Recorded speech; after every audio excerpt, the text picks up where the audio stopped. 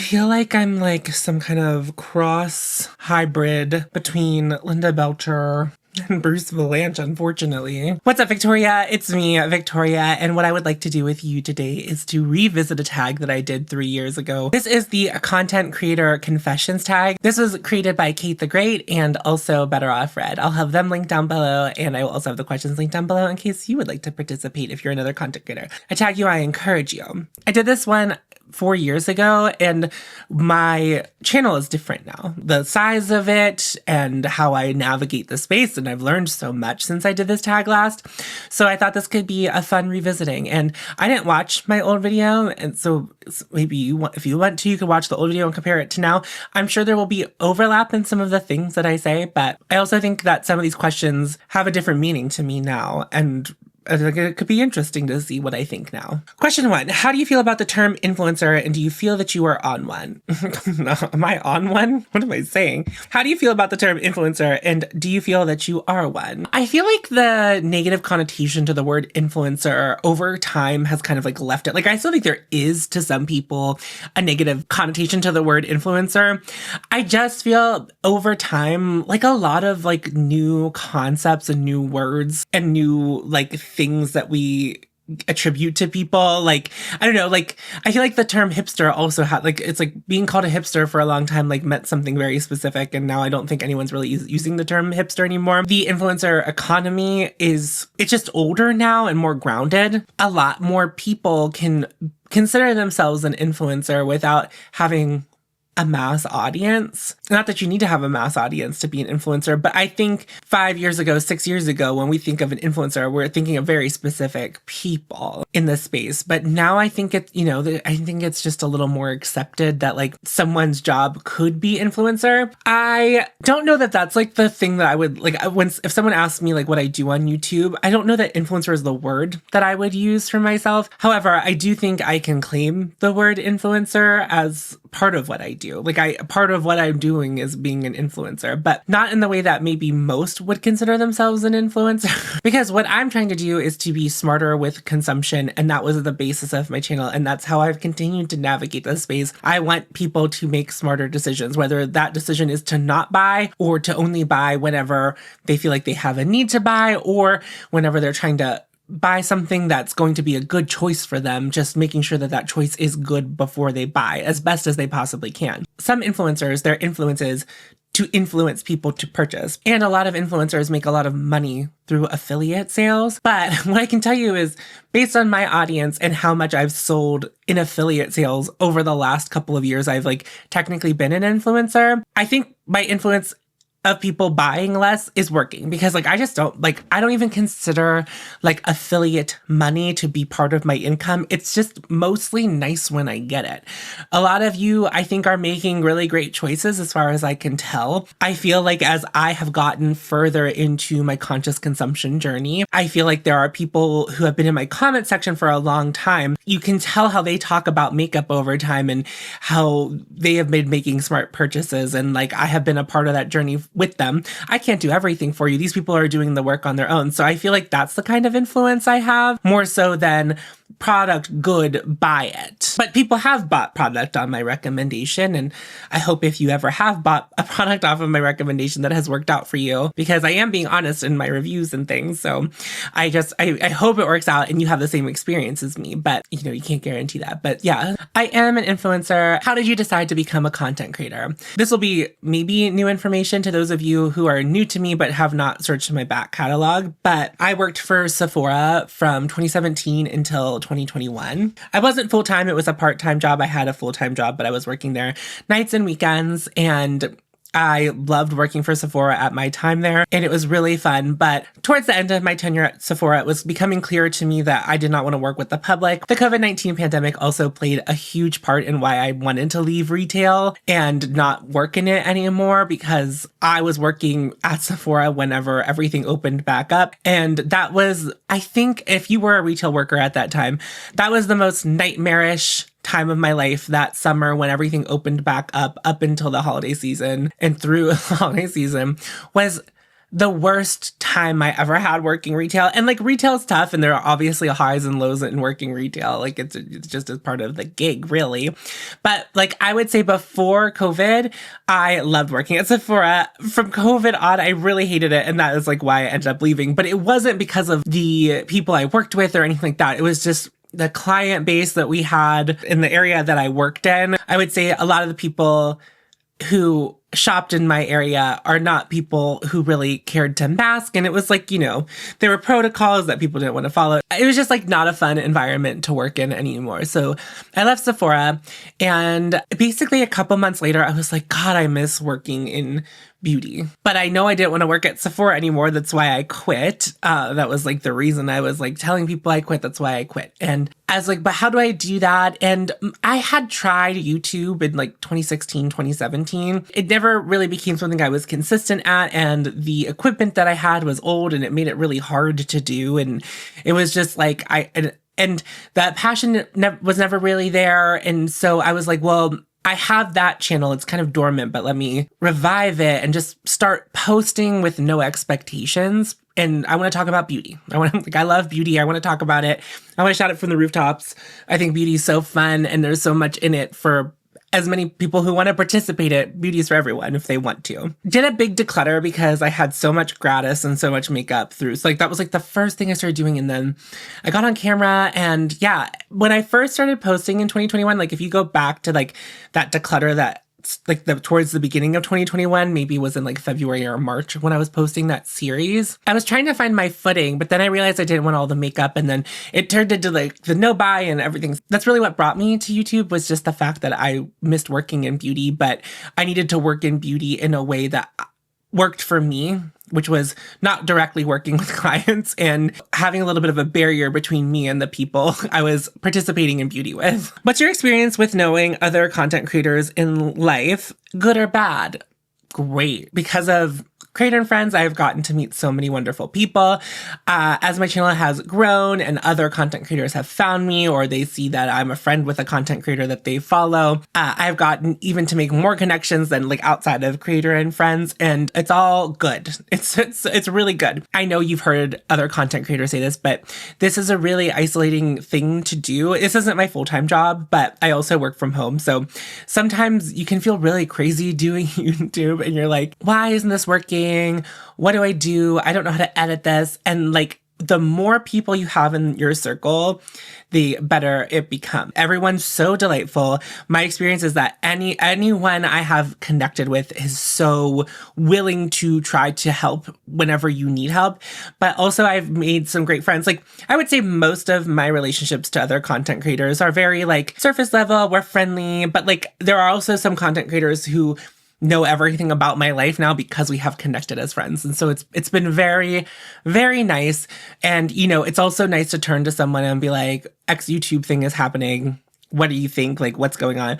Instead of turning to my roommate who doesn't do YouTube, and I'm like, hey, like this thing's happening on YouTube, and I like don't understand it. And they're just like, I don't understand it either. And I'm like, of course you don't. You don't need to. So why would I? Like, it's like just nice to like it kind of alleviates my IRL circle, like my real circle of friends. Like, you know, I say real, but like the connections I have with other content creators are real. But like it alleviates that group of people who are not on YouTube from having to hear about my YouTube struggles.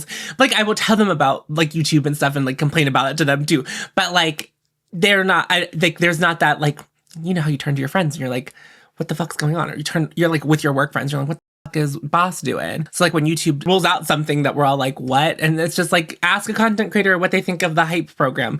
Most of us are like, I don't know, and I'm not seeing dividends on it. So it's just like kind of like, it's really nice to just have content creator friends. So also Cam Cloveroom is one of my best friends now, and we met through content creation, and we're both very small. And that's the thing I do want to say is when you are a small content creator, becoming friends with other smaller content creators, I'm still a small content creator, by the way, but I understand that 10,000 mark makes it look like I'm maybe a lot further ahead than people who are under the 10,000 subscriber mark. Creating community with other small creators is the best. that was like, that has by far been my favorite part, because also as a content creator, my size, sometimes an issue is really specifically related to like being at this size. And like, if I have a friend who's a content creator with like more than 100,000 subscribers, they might not be able to relate to my experience right now in this moment, as YouTube is now, not as YouTube was when they had 10,000 subscribers, you know?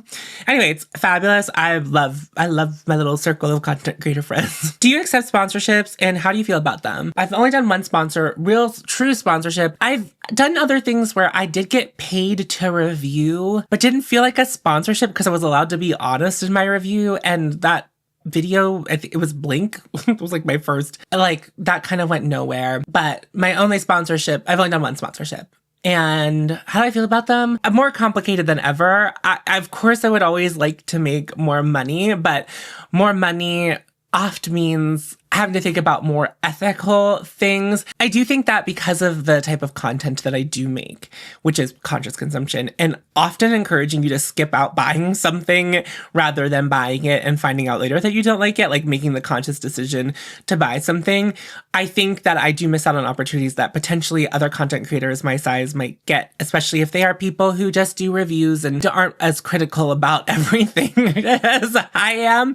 And like, that's okay. I understand that the way that I navigate through the YouTube space is gonna mean that like sometimes my numbers will be smaller. Sometimes, you know, my affiliate sales will be smaller than other content creators. And that's okay with me. I also want to be very clear. I don't think that other content creators are dropping morals by taking sponsorships or anything like that.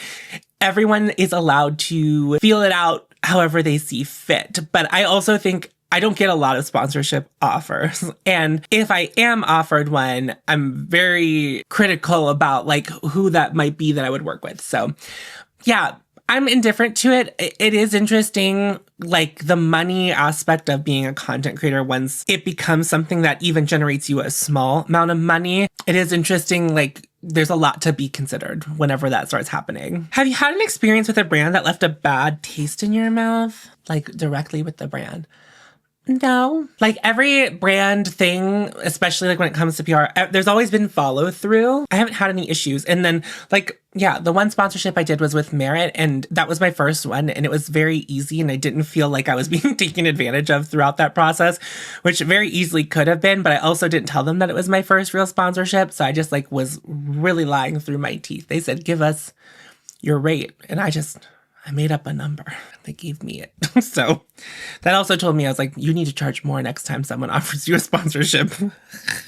How do you deal with negative comments? It depends on the type of comment and like what we're viewing as negative. I sometimes receive criticism about me and either like a choice I made or how I said something. And that I take into consideration. I don't always have a response for it.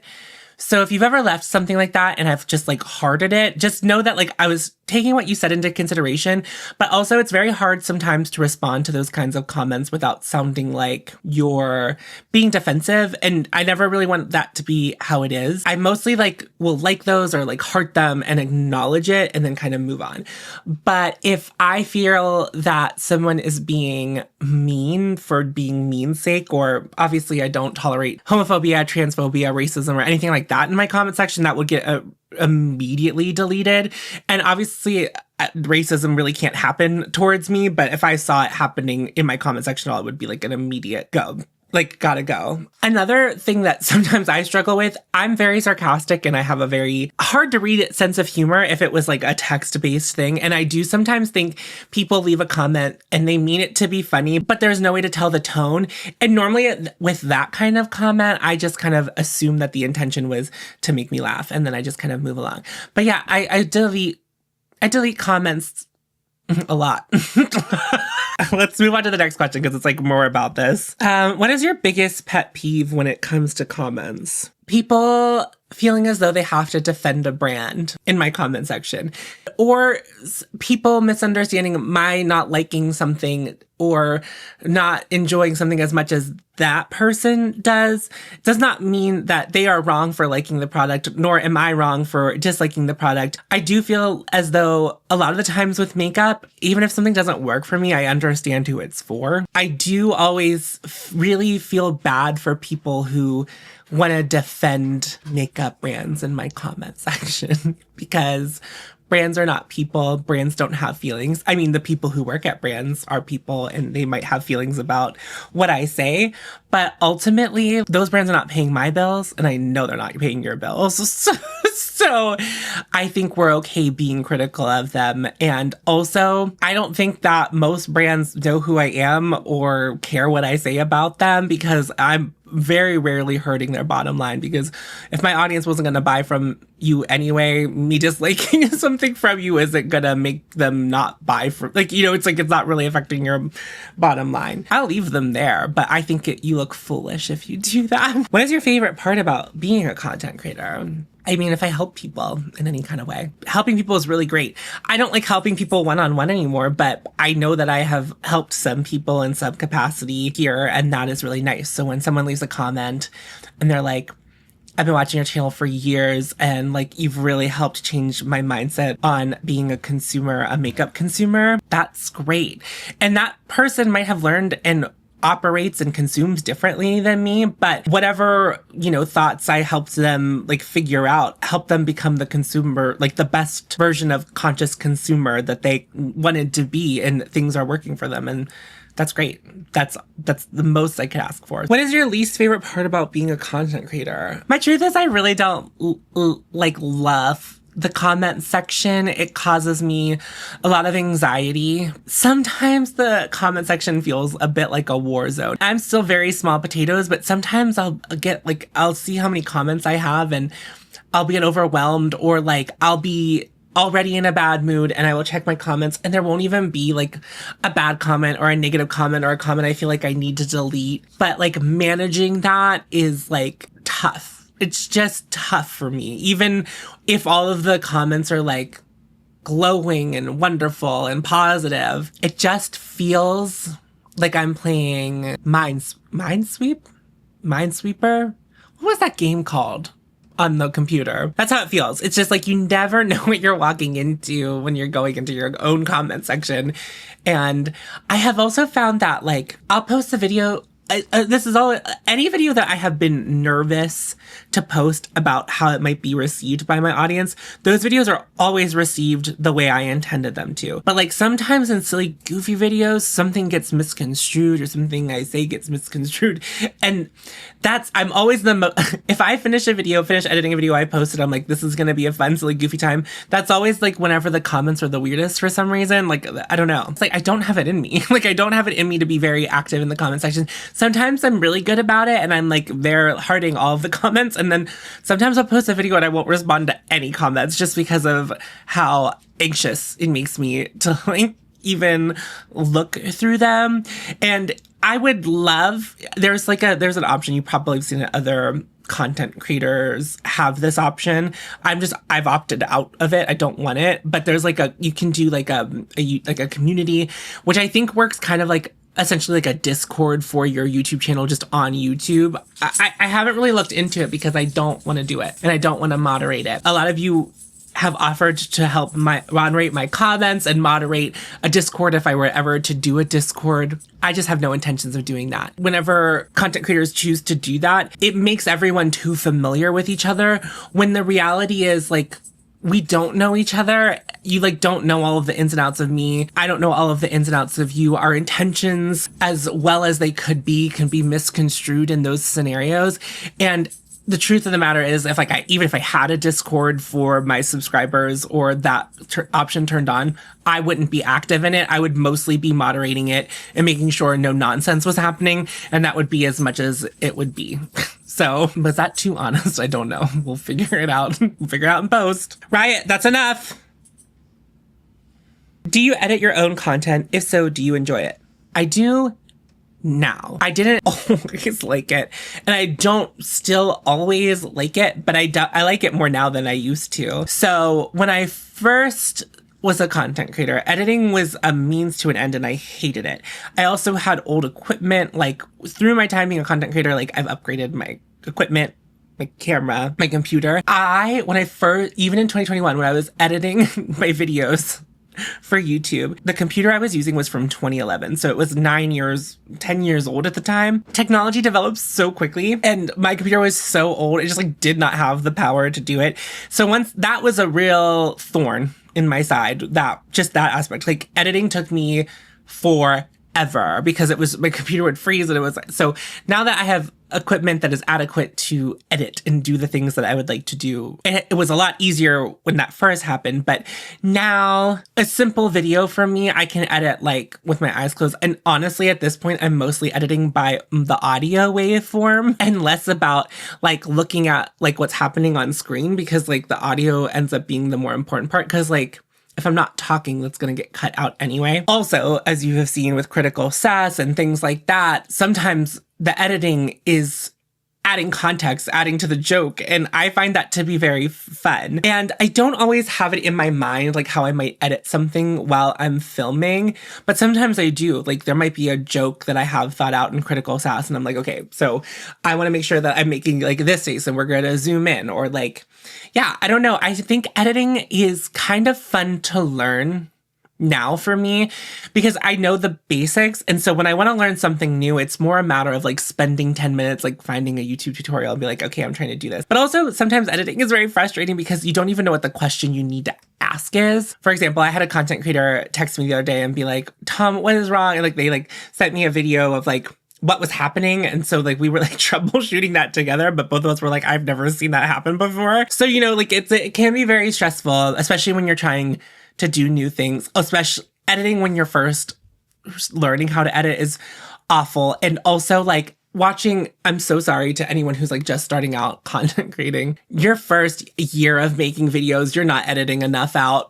You just are. And like there are still times where I like don't edit enough out, and we need to keep, like your video doesn't have to be short, but the pacing has to feel as though it is. Editing's so funny because you get so proficient at it at a certain point and it happens so organically. Like if you watch like a video from 2021 and how it's edited versus now, even if it's just a straight makeup application video, the newer video might be longer, but it will feel faster just because of like how it's edited. Where do you draw the line in regard to sharing on social media? I don't know, like what is the line in the sand? The big problem I think with social media, especially whenever it's this, like we're talking about YouTube content creators specifically, that feeling of familiarity. You might be someone who's watched all of my videos but maybe has never commented, but you might feel like you know me.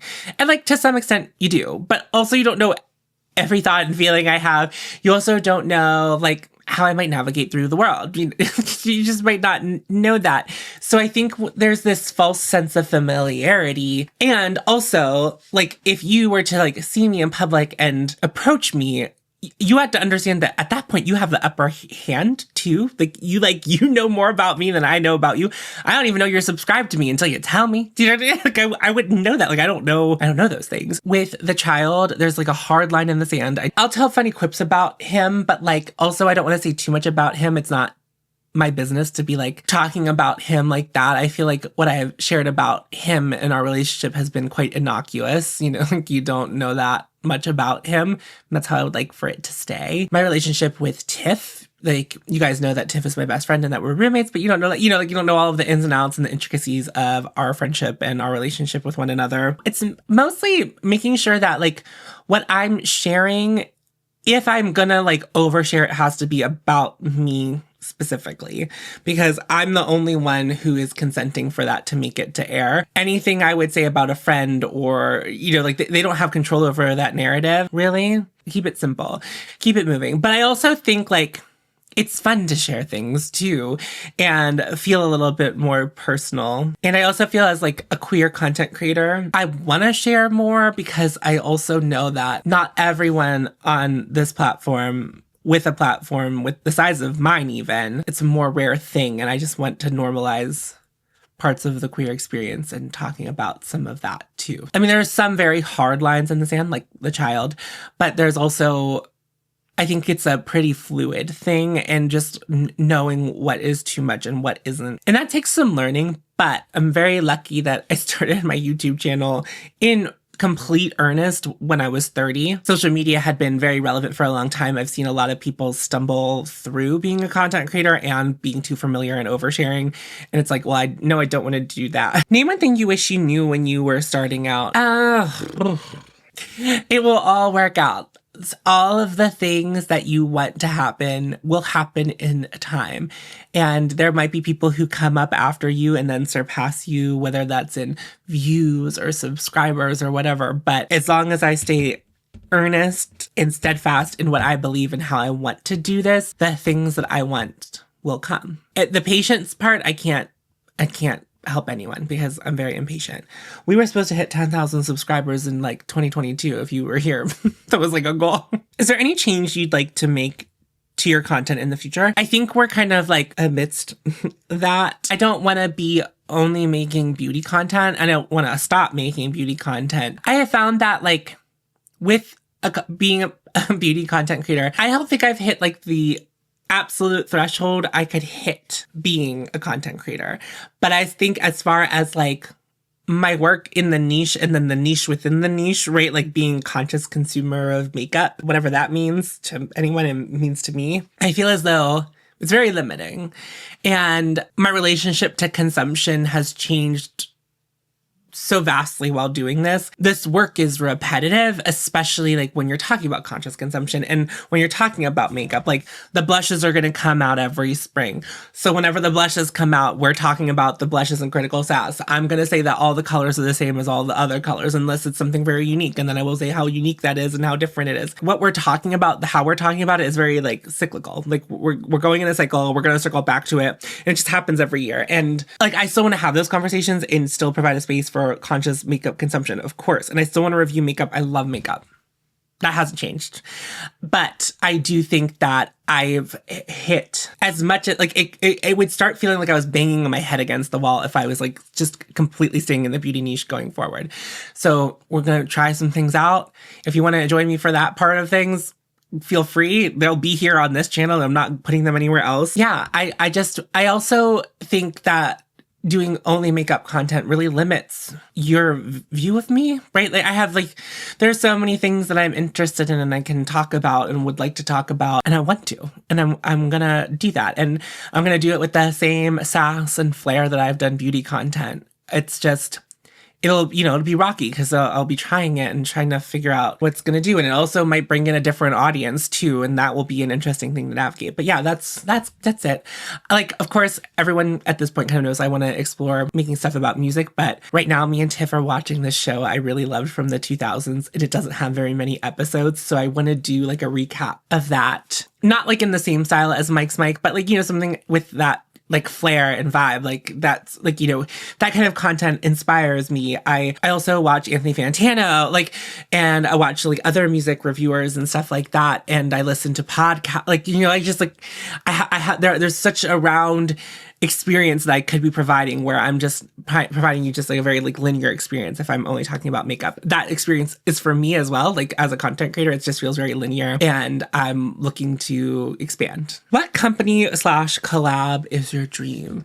I wonder what I said the first time. As time has gone on, obviously I hold the right to change my mind about this, what I'm about to say. I just am not sure that I'm meant to do a makeup collab because every now and then I like think about it. And I think there are brands that if I like pitched a collab that I might be able to land it.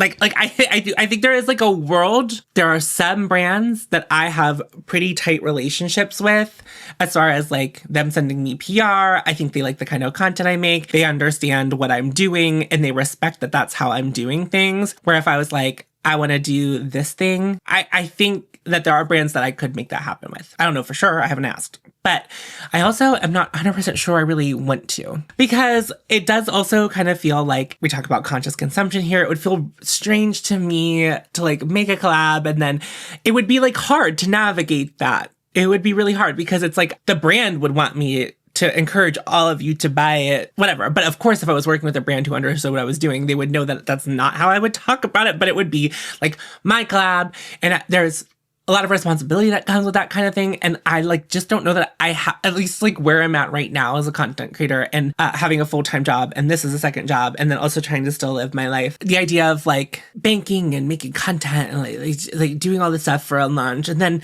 also just the anxiety and the nervous making feeling of doing that. And I would hope that any brand I would work with would like, you know, help hold my hand and like guide me through that process. But also that's, I don't know, it just feels very stressful. And I also just don't really know what I could provide as a collaborator and what a collab of mine would even be. Imagine if I came out with a 15-pan eyeshadow palette. You guys would be like, Tom, fuck off. And I would deserve that. I don't want to make a 15-pan eyeshadow palette. I don't want a 15-pan eyeshadow palette.